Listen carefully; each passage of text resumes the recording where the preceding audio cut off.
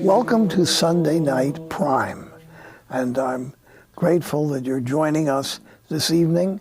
I become aware that we have an audience not only in the United States, but Mexico, England, Ireland, Scotland, Italy.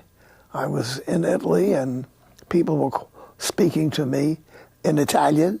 They don't speak English, but they can understand it on television. So I'm delighted to know that we're talking to many very good people, devout Christian people. This evening, our visitor is a very interesting priest, but before I want to mention that next week, Steve McDonald of the New York City Police Department, a lieutenant, you may remember a few years ago, he was shot and badly hurt and probably almost dead, but he managed to survive. And although he is incapacitated, he's all over the world speaking about forgiveness. And we had Steve years ago, but we're coming back next week to have him. Now, our visitor tonight, I'm very, very grateful to recommend a very, very fine priest. And Father is the president of the University of Mary, Bismarck, North Dakota. That's right, Father Benedict. Father Shay. And welcome, Father Shay. And we're going to tell us about Catholic higher education. Sure. A subject about which I am very, very concerned, because over the years, especially in the 80s and 90s, 70s and 80s, what were called Catholic colleges and universities, and which were paid for by the donations of believers, Protestants, Catholics, and others, that they were going to get a Catholic education. They did not. And I'm so pleased that the University of Mary is leading the way, along with a number of others that some have been represented on this program. So, Father, welcome. It's a joy to be here with you, Father Benedict. Thank you very much. The subject of Catholic education and Catholic higher education in general is a subject very dear to my heart as well. I've been a priest now for 8 years, and when I came back from seminary, when I was ordained, I was assigned immediately to Catholic high schools, and I spent the early years of my priesthood in Catholic schools, and came to see how students are able to really come alive, especially students of this generation who are hungry for God, for the things of faith, to know what it is that they should do, what's the meaning of their life, what God put them here for. And so I was able to interact with them, and I was able to teach, and I was able to see the tremendous energy and love which can come alive in a classroom. And so I spent the early years of my priesthood as a Catholic high school teacher. In Bismarck. In Bismarck, and then I was out on the western edge of the state as well. I was pastor of 2 small parishes on the edge of the North Dakota Badlands, and I drove 35 miles one way every day, so 70 miles round trip to teach at another Catholic high school. So I did that for 7 years, and then a couple of years ago I was named as president of the University of Mary in Bismarck, and so, which is a big shift. I loved parish work. I loved being with the people. I loved being with my students in the classroom. I loved teaching. It was a big sacrifice to then take an administrative position like this, but I do feel like there's a time in your life when you receive, and then there's a time when you need to give as well. I feel like all of the work that I'm able to do now as president of the University of Mary makes that encounter between students and truth possible for others. And so I'm happy to be in that position. Now, many of our audience don't know much about Bismarck, North Dakota. It's a shame. First of all, Bismarck himself was an anti-Catholic. He was, Kulturkampf and all that stuff. The whole thing. And then now you have a bishop of Bismarck. Yes, we do. kind of interesting. Right. Poor old Bismarck, wherever he is in purgatory, he's heard about this. Right. And I'm a New York City boy, and I was out to Bismarck and to North Dakota, And I was fascinated. It's a beautiful place. Beautiful place. Beautiful. We drove all the way, one end of the state to the other, Mandan, Yeah. almost to the Canadian border. Right. And I had a very good friend there. By the way, there's the university. There it is, right? We're just on the very edge of Bismarck. What you see before you used to be a cow pasture owned by a farmer, Chick Swenson, and he donated it to the Benedictine Sisters of Annunciation Monastery, who are our founders and our sponsors. And they built their monastery, and also 50 years ago they founded what they called Mary College. They said that we would be Christian, Catholic, Benedictine, that we would serve the needs of the people of our region. And this is the phrase they use: prepare leaders in the service of truth. And so our theme, especially, and I took this for my inaugural theme as well, leadership in the service of truth. And Father, how many students? We have about 3,000 students, 3,084 students right now. We've grown very rapidly, especially in the past few years. Of those, about 1,700, 1,750 or so are traditional undergraduate students. And then we have satellite campuses in Fargo, North Dakota, Billings, Montana, Kansas City, Missouri. We have a new program that we're starting in Phoenix, Arizona. We have a campus in Rome. In Rome. Here you see, this is the front door of our new campus on Via del Casoletto in Monteverde Nuovo in Rome. Doesn't make me look like Rome. No, right. It looks like Miami or something. No, right. The palm trees are very special for a North Dakota institution. Yes. It's really terrific. But our students go over there. Do you know that the room, board, and tuition at our Rome campus are the same? They're all the same cost. The fees are all the same, whether you're on our Rome campus or on our campus in Bismarck. And we're the best value. We're the best value of Catholic higher education that I know of. Our tuition is $12,800 this year. $12,000. There's your faculty. Yeah, that's right. There I am with all the faculty. Right next to me on the left is Father Victor Fazer. He's carrying the University Mace. He's taught mathematics, I think, at the university for 25 years, maybe even a little bit longer. And so the senior faculty member always carries the University Mace in grand procession. And so Father Victor is there. He's a wonderful person. And he has a beard. He could be a CFR, but he's a Benedictine. And then to the left of him is Sister Thomas Welder. And Sister Thomas Welder is my predecessor. She's the president emerita of the university. And then you see behind are all the different faculties. Father, we have programs in the health sciences. We were founded originally to do nursing and education, which was the work of the sisters. When they came, they founded the only major hospital on the northern corridor between Minneapolis and Seattle, which is still there today, St. Alexius Medical Center. It's a great Catholic facility of healing. They also founded all sorts of schools. And so when they founded Mary College, they said, we need people to staff our institutions. And they started programs of education and of healthcare. And so today we're booming in the health sciences. Probably it's a big reason for our growth. Physical therapy, occupational therapy, exercise science, nursing, athletic training, all of those are very big right now. And as you know, ethics in those areas of study are as important in our time as ever. So the integration of faith and reason, which is a firm component of our great tradition in Catholic higher education, is really essential in the type of work that the University of Mary does. Because we're not simply turning out students who are trained in the liberal arts tradition, although we do have a strong liberal arts base for all of our programs. We have people in the professions as well, people who are in the operating room, people who are in the hospitals and clinics. And those people need to have a really vibrant understanding of the difference between right and wrong and how to navigate the tricky and sometimes anguish-filled landscape of today's decisions in healthcare. What I want our audience, both in this country and in other countries, to hear your very enthusiastic and very well-informed view of Catholic higher education. Right. Sad to say, sad to say, many so-called Catholic higher education agencies, colleges, universities, had gone far from their original purposes. Right. Some completely lost their identity.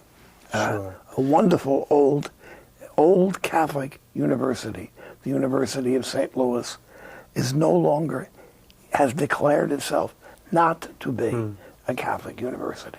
Right. What about the farmers and the carpenters 50, 100 years ago put in their hard-working money to have a Catholic university, Catholic college, 100 years ago?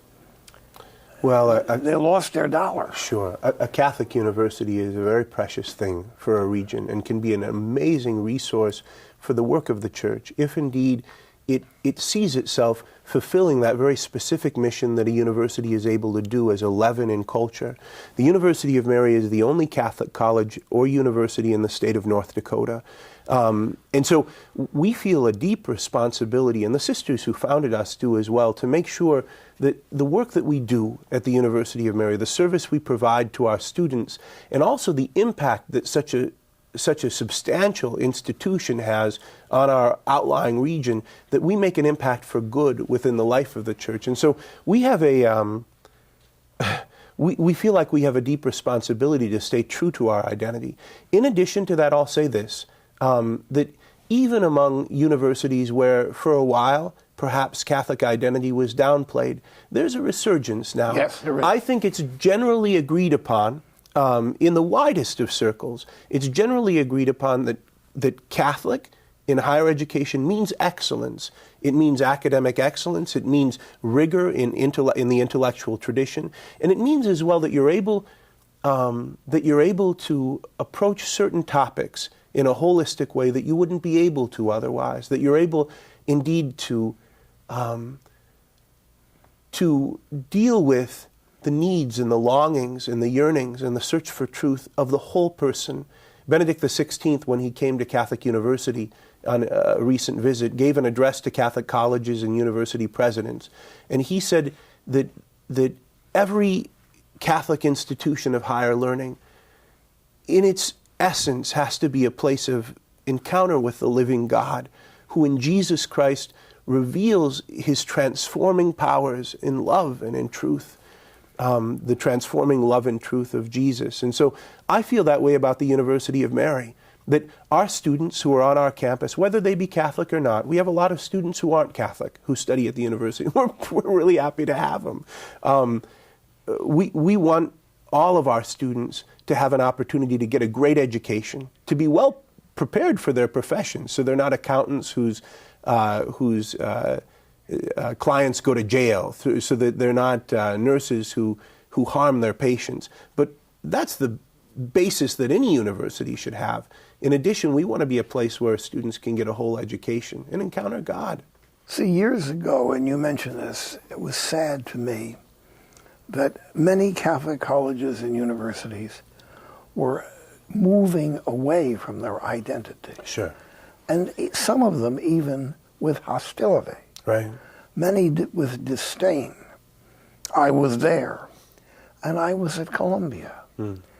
I went to Columbia, got a degree, a doctorate, and at Columbia there was respect to the identity of the church, of a clergyman, a man wearing his habit or a black suit. I had no trouble at Columbia. But at some Catholic colleges and universities, wearing a habit, which the friars do in our community, you could get unpleasant experiences. I think that's over. And I think any place you go now, you will see a growing Catholic identity. Sure. And new presidents, new boards of directors, even new faculty. Well, there's a growing longing for that among students. And so I think it's really important that we serve that aspect of what the contemporary student is wanting. We don't want to be out of touch. There was a time when downplaying faith was the thing to do. It's not anymore. Not anymore. It's not anymore. Look at that. There are the students. This is in the auditorium of our business school. It's a wonderful thing to be with young people. Father, we're going to be back in a couple of minutes. Absolutely. We're going to sell dog food.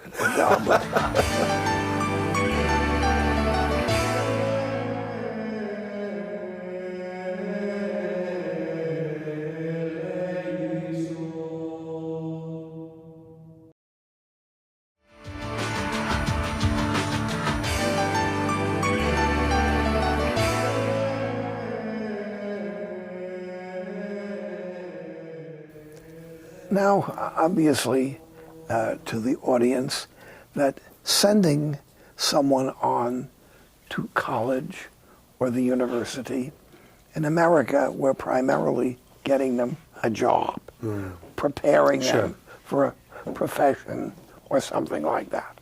And that's the way we think about things. We're a pragmatic people, and Catholic education has been there to do that, along with values, faith, and the same is also true of other religious denomination colleges.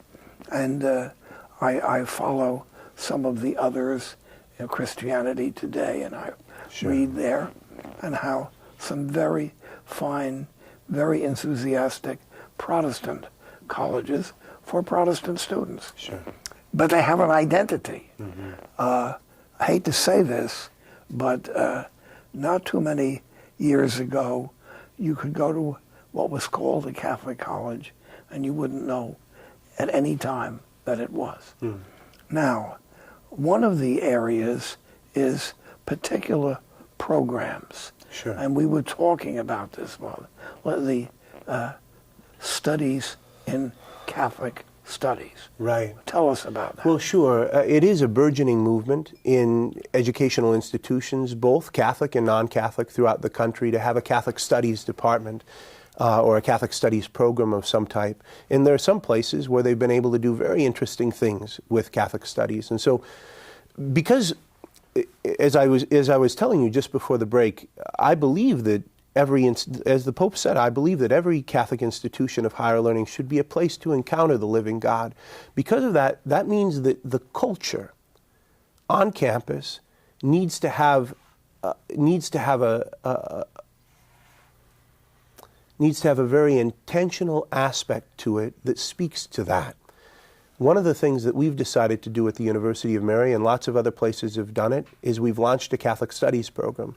And so in a Catholic Studies program, students are able to explore all sorts of different areas of thought: literature, art, history, architecture, music, all through the lens of this great heritage of the Catholic faith and the beauty and the history that that brings to it. So we're able to do that. Our students love it because they're able to major in anything, Father. They're able to major in psychology, as you did. They're able to major in journalism, in business, communications, education, nursing, and they can also pick up courses in Catholic studies, and it integrates things, because we don't, as you were saying, we don't just want to prepare them for their professions. We want to prepare them not just to be a good lawyer or a good journalist or a good business person. We want them to be a good mom, a good dad, a good citizen. And those things take a deeper type of formation. And so we're trying to do that. We're doing other things too. We have some donors who have come along, and we've done something very interesting called the Catholic Scholars Program. The minimum commitment that we make to any graduate of a Catholic high school in the nation, anywhere in the nation, is the minimum commitment is free room and board. Wow. We offer as a minimum. Now, some students are really smart, and they can come in and get scholarships that are greater than that. But the minimum commitment that we make is free room and board. So the most that any graduate of a Catholic high school will pay to go to the University of Mary is the tuition, which, as I said, is $12,800. The reason we do that is, well, we have donors who really love Catholic high schools, and they put the money forward. But also, because I was in a Catholic high school, I know that those students can come in and really have an impact upon the culture of the University of Mary. Does that make sense? Yes. And so specific programs like that we're not the only people doing that. All sorts of other Catholic colleges and universities and religious colleges and universities are putting an emphasis upon the importance of having a culture in which students can come and discover their vocations and discover what it is that the Lord wants. Now, I want my audience to hear this. I studied in psychology. I went to a very good program at Iona College, run by the Christian Brothers of Ireland, and they had a program just for priests in counseling. Oh. It was a very good program, deeply, deeply identified with the faith. Then I went to Columbia, a little bit scared. I had never gone to secular school in my life.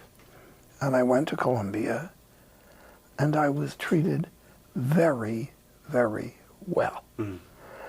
And the faculty, particularly, were interested in a priest studying psychology. They wanted to talk about it. They asked me what I actually gave a lecture that they asked. It was an ad lib. They did part of the class. How many that wanted to understand why someone who has got a profound strong religious identity studying clinical psychology. Right.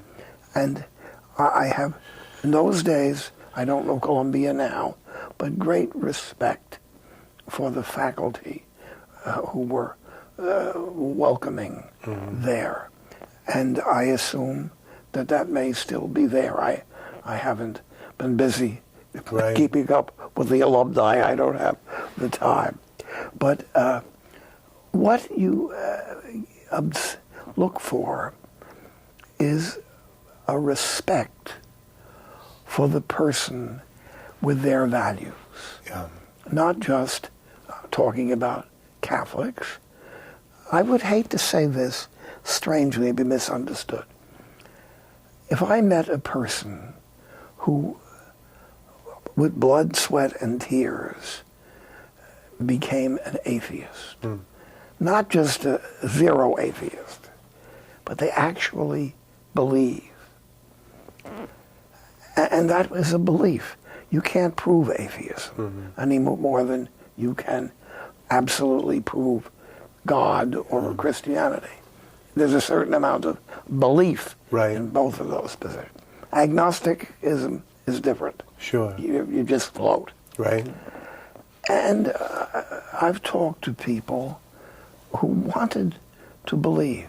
A very intelligent Jewish woman who was a social worker degree, she said to me one day, I wish you could say something to me that would lead me to believe. Yeah. Well, that's part of what education is. I've always been teaching in Catholic education. Now I'm getting old, but no longer, except in the seminary. But I would love to have taught in a secular university, teaching psychology. Right. And it would be a fascinating experience. Well, I think, Father, you've brought the conversation to a very high level, because it is the case that a university needs to be a place for the free exchange of ideas. And I think that sometimes is misunderstood. When I said before that a university should serve the needs of the church, should serve the church, a Catholic university should, I mean it. But that doesn't mean that it's a center specifically for catechesis. In other words, it's a place where people are able to come and freely exchange ideas, where debate can happen, where faith and reason can come into really strong engagement with each other. And that means that sometimes there will be talking points or points of discussion that will really wrangle with the things of faith. At the University of Mary, we say that we're faithfully Christian, joyfully Catholic, and gratefully Benedictine. These were the three aspects of our identity. Explain the Benedictine to our audience. Well, can I, in just a second, I want to say that the part of the joyfully Catholic, we say that all of those discussions need to take place in genuine respect for Catholic teaching. So there aren't topics that are off limits, but we need to respect who we are. And we feel like that's a genuine hospitality, like you were talking about, that a person is received according to his or her values. The gratefully Benedictine part, I'm glad you asked about it. We were founded by Benedictine sisters, and they're still there today, going strong, and they're wonderful women, just terrific people, and they've been very supportive of me in my leadership of the university thus far. But they came out, there were 4 sisters in 1878. They took the train as far west as it went on the Northern Corridor, which was Bismarck, North Dakota at that time. They got off the train in Bismarck. In those days, now Bismarck's a great, big, beautiful place now, and it's a place with with all sorts of things to do. There's shopping and eating, and people think of it as sort of a sleepy place on the frozen tundra. It's not that at all. We're the only place with an economic boom in the country right now. In other words, there are jobs in Bismarck. There's a lot happening. You can't buy a house. It's really amazing. But in those days, of course, in 1878, it wasn't. It was a place where they stepped off onto the dirt streets, and there were poor families living in sod houses and gunslinging and all sorts of things. The next morning, the courage of these people. Someday there has to be a written story of this type of thing. They got off the train, and Father, they founded a school the next morning. Within 4 years, they had founded the only major hospital between Minneapolis and Seattle on the Northern Corridor. And they did it because God wanted it. That's the legacy that we carry. Where did those sisters come from? Most immediately they had come from St. Joseph, Minnesota, but they were part of the foundations that were founded by Mother Benedicta Reep. You know, this great, she had come from St. Huberta's monastery in Germany. In Germany. Yeah. Probably at the time of the Kulturkampf. Right, that's right. Mm-hmm. See, they fled out of Germany because of the persecution of von Bismarck, of all people. Yeah, that's right, and they came to Bismarck in the New World. Bismarck, wherever he is sitting in purgatory right now, joining all these wonderful people that got out there. Right. Got a diocese of Bismarck. Right. Poor old Otto von Bismarck can't be too happy. No, I don't know. I don't imagine he is. But now, speaking about sisters, I'm going to have a very fine sister, Mother Agnes, on our program. The Sisters of Life here. Sisters of Life. Sure.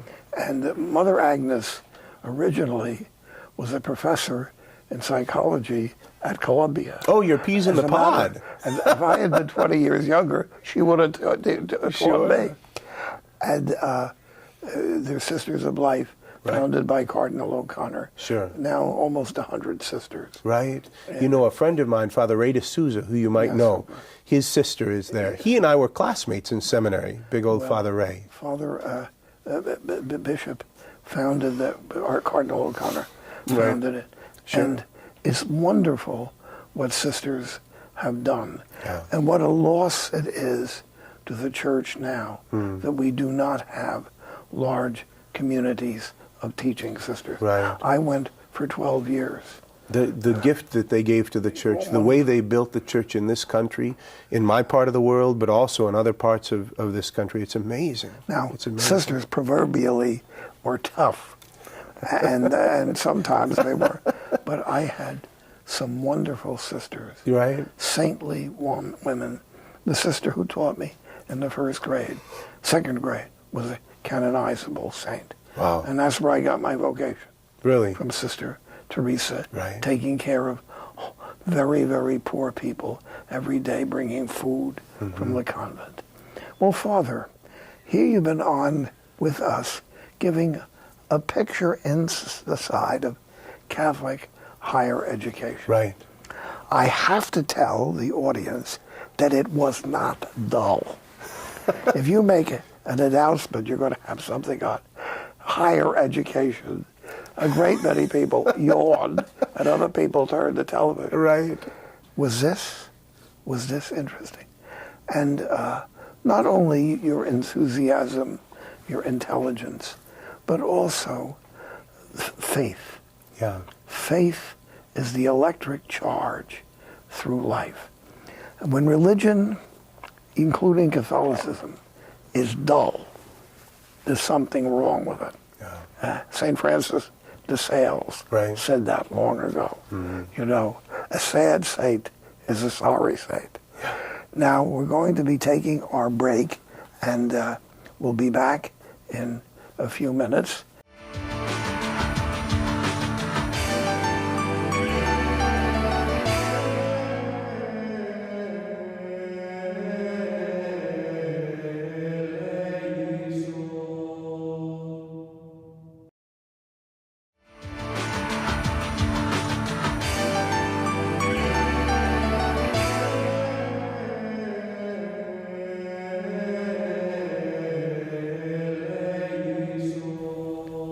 coming back now to our visitor, and from the president of the University of Mary. Right. And we're grateful, Father, for being with us today. And we're talking about this university and universities in general that have livable numbers of people. Sure. You know, not 75,000. Right. I went to a huge university, and it was Right. they kind of got lost in the machine. But it was beautiful when you have a university where you can Right. know people and be part of things. And we have a picture here Right. coming up of a somewhat corny picture of you making spaghetti or something. No, that's right. You know, it is true that at a place of our size, you really can give the students individual attention. And everybody sort of knows everybody, and yet it's not a tiny place either. No. So here, at a certain point, I made rigatoni alla carbonara for the whole campus, which was a wonderful thing. For the whole campus? For the whole campus. 3,000 people. Well, I had some helpers. I had some helpers who were there. But it's great. You know, our students are able to play intramural sports. We also have we play NCAA Division II. We have 17 varsity sports. And so we're not a small place at all. And yet we're a place where students are able to have daily encounters with each other, with their professors. They're not just a number. And the president makes them spaghetti. To make that much, you would seem to have a steamroller or something. No, that's right. Well, now, by the way, here is the presentation of your... right. That's when I was inaugurated. That's at the Our Lady of the Annunciation Chapel on our campus. Your bishop is there as bishop? Yeah, Bishop Paul Zipfel is there. He released me to the service of the diocese, which was a very generous gesture, but he cares deeply for Catholic higher education. To his right is my predecessor, Sister Thomas Welder, our President Emerita. To the left is Martin White, our chairman of the board. He was CEO of MDU Resources, which is the only Fortune 500 company in North Dakota. And to his left is Sister Nancy Miller, who's the most gracious and wonderful person. She's the president of our board, and she's the prioress of Annunciation Monastery. Now, for our audience, many of you living out in the boondocks like New York, you haven't seen someone wearing a beretta. Right, and that picture, I don't wear this around, and I certainly don't sleep in it, Father. No, I didn't. But a beretta is an academic hat. It's also used sometimes liturgically, not very much anymore. But here it is, and the beretta is the symbol in academic regalia of a ecclesiastical degree. So I have a licentiate in philosophy from the Catholic University of America. Blue is the color of philosophy. And so I'm not just dressing up to prance around. That's an actual legitimate academic. It's got a blue... It has a blue palm. It has a blue palm and blue piping. And it hurts the head like mad, Father. I can't wait to get it off. See, we're growing up years ago, everybody, your pastor was a Monsignor. Right. And he had a beretta. Sure. One of the things that the friars made him special, we never wear a beretta.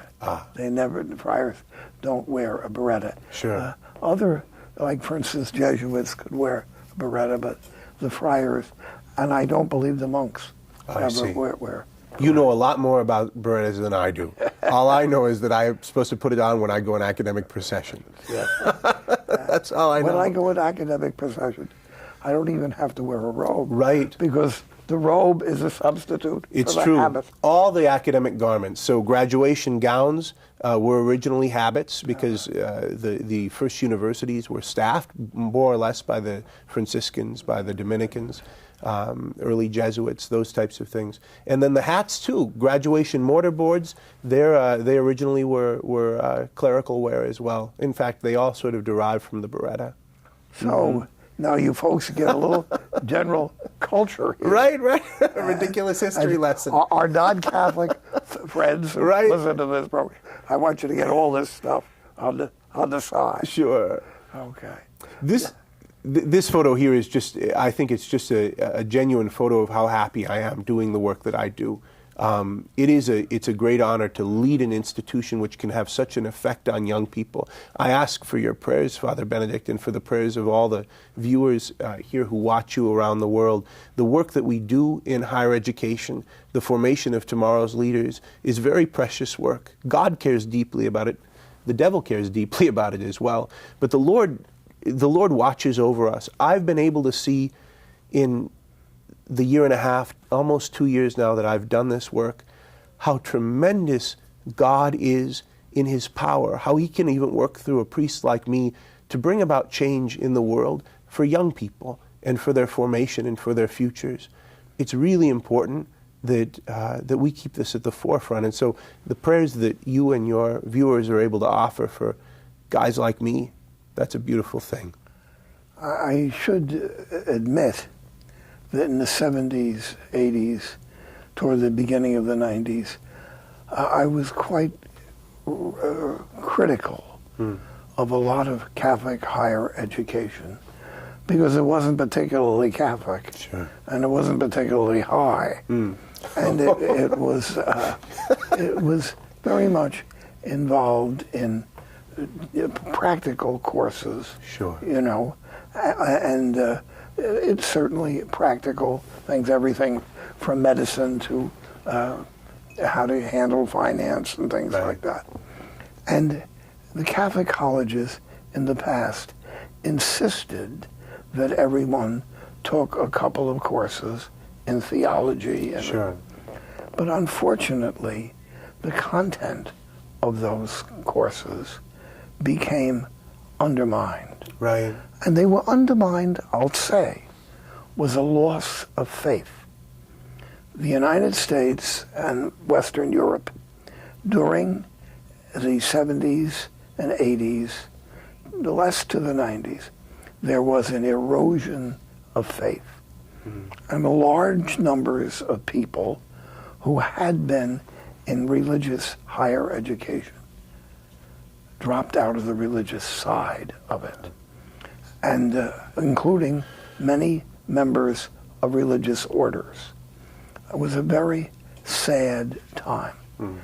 And for that reason, our little community found ourselves leaving where we belonged all our lives, a community that was doing well and then kind of got confused. And I am so grateful to God to know that the order that we belong to, the Capuchins, are doing better. And they're taking, and I think, I hate to say it, I think I have many friends who are Jesuits, and I almost became a Jesuit, and I think there is a resurrection of belief. We've lived through a time of cynicism and skepticism. You yourself are an example of the opposite of that. Yeah. And you cannot be explained, you can't be explainable by the laws, by sociology and psychology. Right. You shouldn't be there. Well, the church should have gone. Right. Well, no, there's a new generation of young people who are deeply committed to the things of faith. And I think it's very interesting. You know, Benedict XVI, Joseph Ratzinger, took the name Benedict, partly after you, I suppose. But partly because we live in a particular time. This weighs heavily upon me when I pray and when I ponder what the role of the university that I serve is and what the role of Catholic higher education in this country is. Because I think we're a Benedictine college, and when I look at we're only 50 years old, but we have a much older history. We go back to as a Catholic university, we go back to the foundations nearly 1,000 years ago of higher education period, the first universities in Europe. The Benedictines. Right, and then even farther back to the Benedictines. And St. Benedict arose, St. Benedict was given to the world at a peculiar time in history where there were a lot of things happening then with the erosion of culture, with the loss of faith, with wars and the rumors of wars, with fear and violence that are happening in our own day. And I think Benedict XVI took the name Benedict because he wants to situate his own pontificate at a particular time in history where there's a deep need for renewal. And Benedict and his sons and daughters in the Benedictine order through the centuries were a stable source of culture and learning and faith. And that's what a Benedictine college can be, like ours. That's what any Catholic institution or Christian institution of higher education can be in our time. A real leaven in the midst of a culture which has drifted and which is yearning for the message, yearning for the message that we're able to give. Our students, it's amazing. Some of them come and they've been given so little. I know you and your friars do all sorts of work with the poor. I do too. The work that we do is work with the poor, with young people who, though they might come from affluent families, although not all of ours, we have low tuition, you know, but our students come and they've been given very little. Many of them have been given very little culturally, in terms of faith, in terms of just general instruction, even how to say the Our Father sometimes, and to be able to provide them with the foundations in which they can find meaning and purpose in their lives. This is great work, and it's the service to those whom God loves in a special way. And I want to put a word in here for those who are in Catholic work in a secular college, or even a non-Catholic but religious college. Sure. The so-called Newman Society, or Newman Centers, or campus ministry. Right. And I've seen that at times done very beautifully done. I was out to Stanford University a few years ago, and I visited the Newman program there. And at that time, I was very impressed. They had their own building, their own chapel, and it was quite impressive. I think what it is, there is nobody in the United States, noticeably, who is strongly and clearly and dedicated to secularism. Secularism is a flat glass of beer. That's all it is on a hot day. In old Europe, they had fighting secularists, and atheists and all. In this country, who wants to be dedicated enough to nothing? Right. Well, some people develop an acquired taste, but I'd agree with you that there's not right. But in my whole lifetime, I maybe had 2 or 3 people that were really militant secularists. Right. And you draw them into discussion. Sure. And there's another side. Right. Now, what we do is indifference. That's the problem, is indifference. Sure.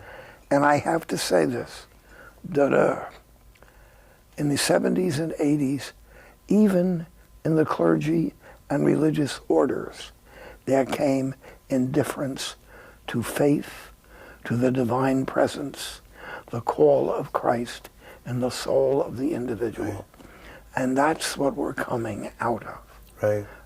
As I'm getting ready to get out of here and go to purgatory, I'm looking forward. I'm from Jersey City, so I'm looking forward. When I'm getting out, I look back and I see so much hope. There's Young brothers and sisters in our community, which is a revival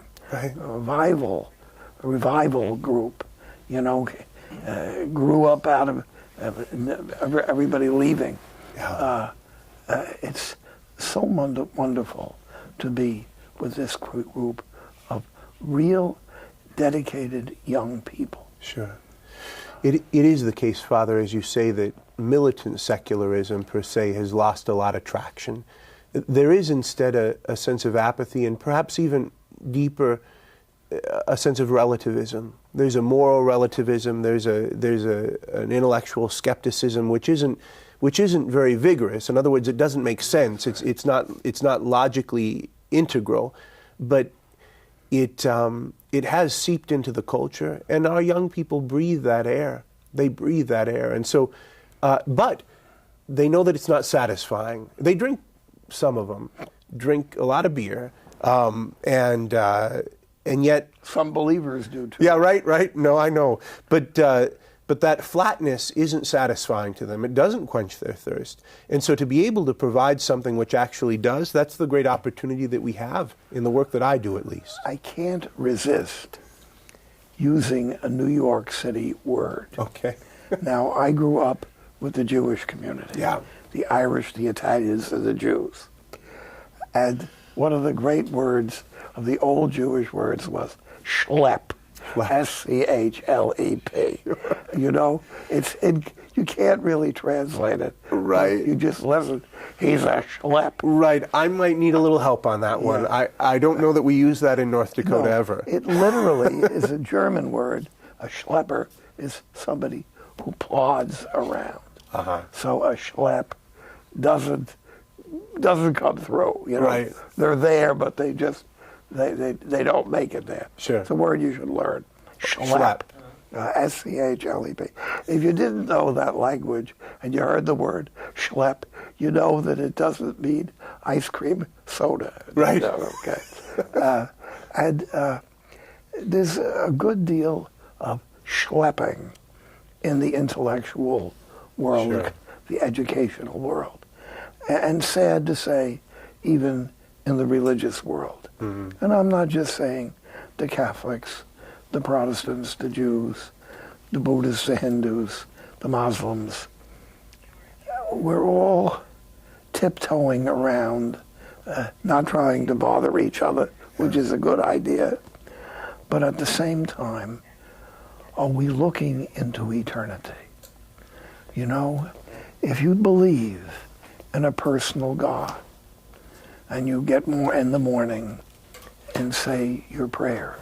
Right. I look out the window. My office nears the water. God. Oh my. Mm-hmm. God. You know, you, O God, did make the earth, and the work of your hands is the heavens. They shall perish, but you shall continue. And they shall grow old, and they shall be changed. But you, O God, are the same forth forever. These are words from the Psalms. And by the meeting of media, we should be working more religious people to get other people to be aware of reverence and adoration and silence about the presence of God. That's very beautiful. It's the basis, isn't it, Father, of the frustrations that you voiced a few times during this program about what's happened in some of our Catholic colleges and universities. And the fact of the matter is that we have to be aware of the divine reality, not just for ourselves, but for those who are entrusted to us as well. And so when I look upon a young person, not just as a priest, but in my work as president of the university, I'm called forth to see eternity in them, to see that they have a destiny and that the weight of their glory is upon my shoulders. And that's the work that has to be done, and done well. We're trying our best. Well, that's wonderful, Father, and I'm so pleased that you could be with us, our friends at this program, because you represent two religious higher education, Catholic higher education, in a very positive, devout, enthusiastic, and informed approach. Mm-hmm. And you're a kid. I'm sorry to tell you that. You know. I'm 36, Father. Yeah. And I have a Beretta. What year were you born? I was born in 75. My God. I'm the youngest president of any college or university in the country, so far as we know. When I was in 75, I was taken by the Archdiocese to become spiritual director in that year. Can I mention our website? Yes. We're going online. We're going online in a couple weeks, and by the time this is broadcast, we'll have a brand new website up: www.umary.edu. Or we have one. And so again. www.umary.edu, or we have one where we showcase our Catholic things, cometomary.com. Oh, isn't that beautiful? Cometomary.com. One word. That's right, one word. Well, Father, we're very, very delightful to have you on our program. God bless and I'm you, glad Father. you were with Thanks us. for giving Had me a lot chance. of fun. O Lord, in your goodness and mercy, look upon us all and help us and serve Christ as best we can. In the name of the Father, and of the Son, and of the Holy Spirit. Amen. And I want to ask you all to continue to pray for Mother Angelica. She's having really a difficult time. And I'm hoping to see her a little bit later than this summer. And she's done wonderful work. And please, if you can, support EWTN and its work. It's done a tremendous amount of good, and it needs your help.